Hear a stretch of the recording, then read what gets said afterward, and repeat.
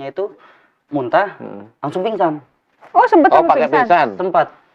Sebenarnya kalau yang diceritain Mas Koko Zini, ini ada yang beda. Memang kalau dari sisi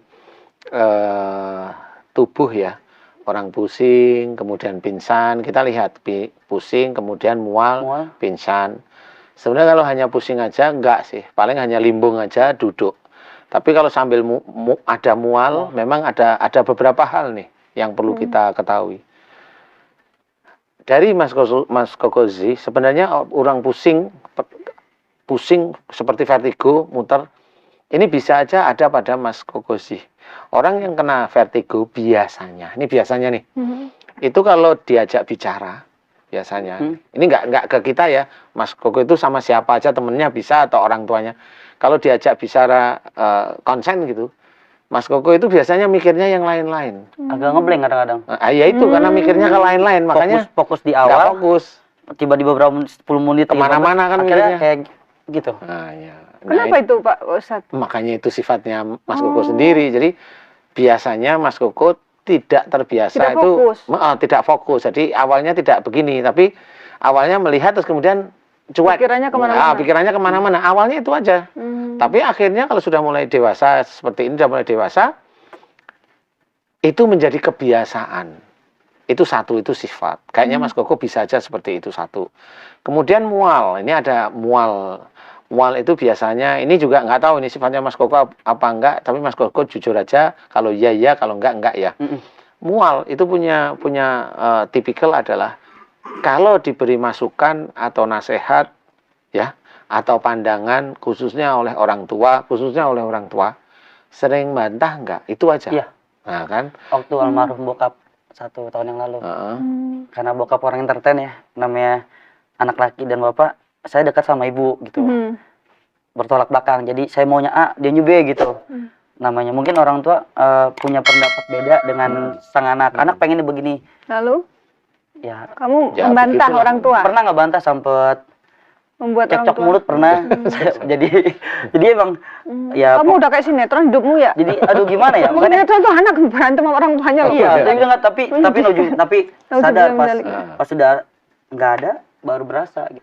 Sempat agak ngeyel dibilang. Kalau seandainya itu pernah terjadi ketika orang tua masih ada, lalu sekarang orang tua sudah meninggal, apa yang bisa kita lakukan untuk memperbaiki kesalahan kita Pak Ustadz? Kalau masih hidup kan datang, cium tangan, minta maaf. Minta maaf ya.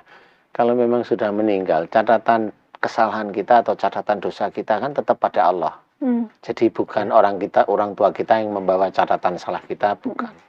Nah, karena orang tua itu sudah meninggal, ya sewajarnya memohon ampunnya kepada Allah, tapi dengan kata-kata yang jelas. Ya Allah, jika saya pernah bertengkar dengan ayah, jika itu menjadi dosa di hadapanmu. Jadi sudah tidak melihat mana yang salah, mana yang benar. Jadi kalau ibaratnya kalau Mas Koko itu sebagai anak, anggap aja yang salah itu Mas Koko sendiri. Jadi mohon ampun ya Allah jika saya pernah melakukan kesalahan, bertengkar dengan ayahku, jika itu dosa di hadapanmu, aku mohon ampun kepadamu. Ulangi doa itu, sehingga doa itu bisa sampai ke hati. Kalau sudah sampai ke hati, tenang, sudah selesai. Nanti habis sholat, doa seperti itu lagi. Di luar doa-doa biasa ya, itu doa seperti itu. Insya Allah tetap akan sampai. Ya, kalau memang sewajarnya kalau masih hidup kan kita bisa minta maaf, ketemu kan gitu. Nah, kalau sudah meninggal kan nggak mungkin kita itu kuburan kita gali lagi. Kita panggil. Paling nyakar aja sih. Ya, boleh lah, ziarah boleh. Tapi ya jangan diajak ngomong, ya aku dulu pernah bertengkar, aku minta maaf. Nah ini sudah meninggal diajak ngomong-ngomong. Nggak boleh. Karena sinetron banget. Iya kalau sinetron kan gitu ya. Udah ngomong, ini istriku yang tercinta, aku begini, anakmu sekarang sudah begini, ini ngomong sama siapa? Kan gitu. Tapi karena memang itu sinetron, ya orang itu ya tertipu seperti itu. Sebenarnya itu nggak boleh. Nah, tapi penyakitnya yang dirasakan oleh Koko ini apa betul ada hubungannya dengan sifatnya itu Pak? Memang beliau punya sifat itu, memang. Tapi ada satu lagi kayaknya ada ilmu di dalam tubuhnya. Waduh, gawat. Apa tuh? Itu ilmu dari turunan orang tua atau belajar? Kamu pernah belajar ya? Kayaknya tuh. Enggak ya? Berarti turunan. Indigo iya. Kamu sesekali pernah melihat sesuatu. Sering. Nah, bener. Itu ilmu. Sering. Tahu sikon-sikon di sini pun tahu, cuman no komen gitu kan. Lagi nyanyi show di mana pun tahu gitu. Tapi kan kita juga nggak pengen ngelihat ya, Teh. Ustadz nggak pengen lihat karena kan beda alam lah intinya kan. Cuman ya namanya iseng kan. Iseng kamu ngapain? Ngobrol. Apa obrolannya? Membahas soal apa? Ya gitu, ada aja gitu. Kebahas si A, si B, itu lagi usil, lagi duduk samping. Tapi kan namanya orang refleks gitu ya. Itu lagi duduk di sini. Ya, ini dengan refleks sendiri sih biasanya. Tapi kamu tidak merasa terganggu dengan indigomu itu? merasa sampai ditemenin selama seharian sampai berat badan. Belum lama sih, berapa hari yang lalu badan makananku tuh berat. Itu Mungkin bisa dihilangin nggak, Pak? Itu Ustaz. Makanya aku gampang banget ini dari mana pun interaksi. Jadi kayak mediasi ya. Kalau mediatornya aku numpang buat mediator buat sesuatu nih, pengen interaksi ke saya gitu. Ke suatu orang numpang ke saya aja. Saya pernah sempat nolak gimana-gimananya gitu. Iya, bisa aja, cuma tinggal Mas Kokozi aja kayak seperti itu manfaat nggak? Manfaat kamu merasa ada manfaatnya nggak? Jadi capek sendiri. Oh, jadi mumpung ada Pak Ustadz nih kalau minta di pengen banget sih biar badan enteng lah sebenarnya. Kalau masih tadi dari keluarga nggak tahu juga ya, aku juga. Ya keluarga kayaknya. Itu ilmu apa ya? Iya. Musrik ya Pak Ustadz? Ya pasti kalau ilmu seperti itu pasti musrik. Pasti kalau saya sudah cerita pasti. Karena Islam tidak mengajarkan ilmu seperti itu. Makanya pada waktu cerita sampai pingsan, ini saya curiganya ini biasanya ilmu nih yang bikin seperti itu gitu. Jadi ilmu yang menguasai mata, telinga, otak. Nah biasanya kalau ilmu itu menguasai sebagian di mata, telinga, otak, biasanya salah satunya itu punya kelebihan bisa melihat. Yang kata orang sekarang itu indigo. Kalau saya ngelihat jin gitu aja lah.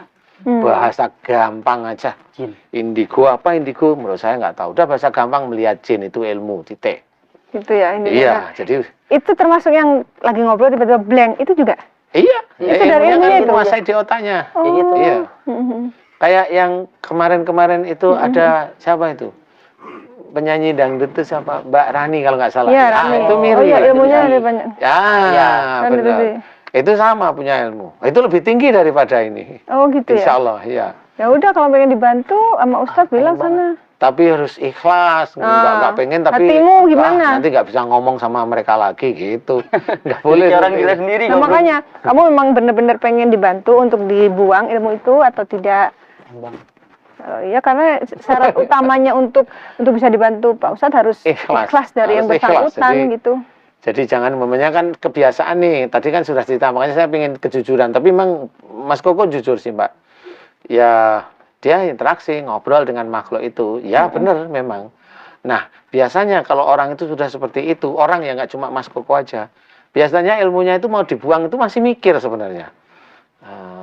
Masih mikir, bukannya melihat itu tidak manfaat, tapi orang seperti itu, nggak Mas Koko aja, orang yang seperti itu kayaknya asik dengan ilmu seperti itu. Merasanya itu asik, ngobrol dengan makhluk yang orang lain tidak bisa, kita bisa ngobrol, itu kan asik gitu loh istilahnya.